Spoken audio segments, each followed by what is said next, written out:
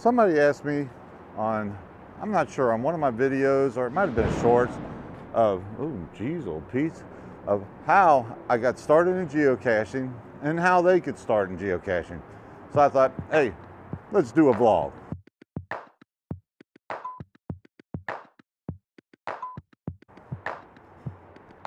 All right, well, before we get started, make sure you go down there, check in the comments below. I have a link down there where you get a chance to win a really nice geocoin. All you got to do is subscribe to the channel and comment in that video. It has to be that video that you comment in. So go check that out, and the link in the description below.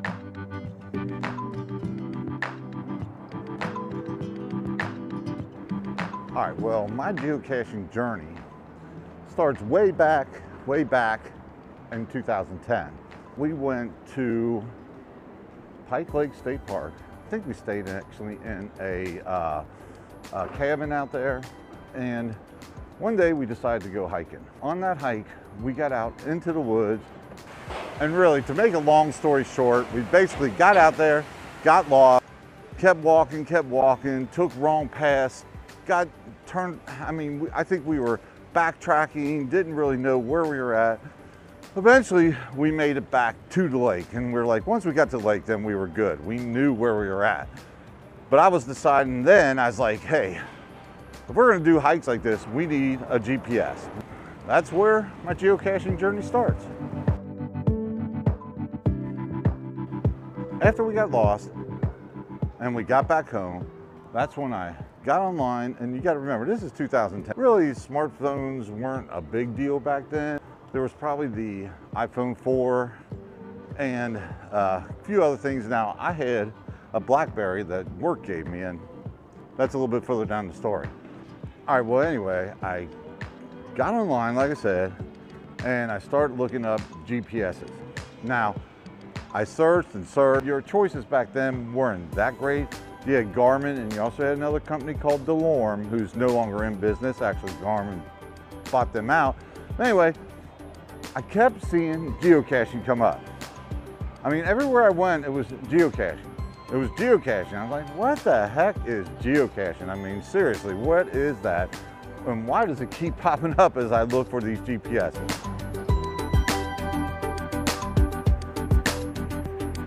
All right, well then, as I kept seeing this geocaching pop up, I was like, man, I gotta check this out. What is geocaching?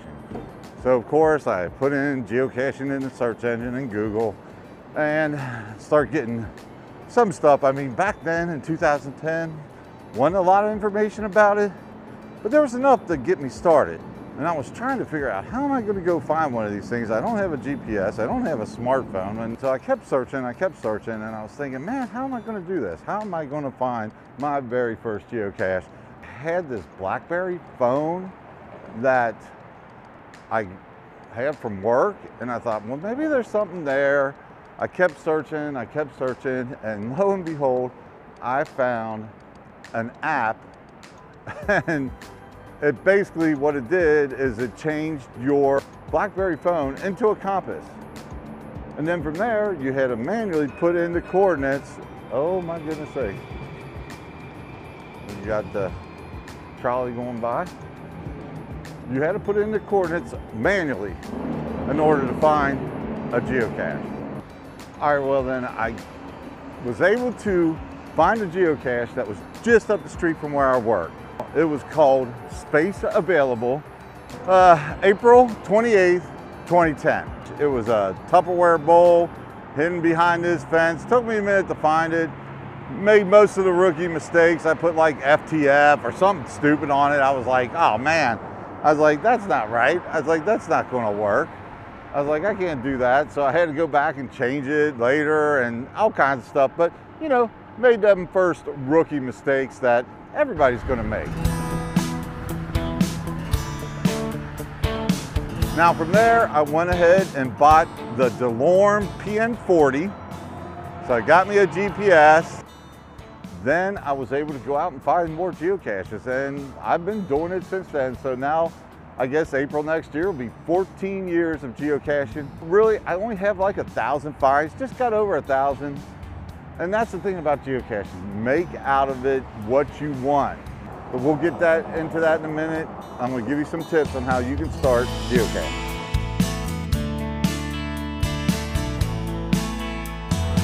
All right, so now let me give you a couple tips on how you can get started geocaching.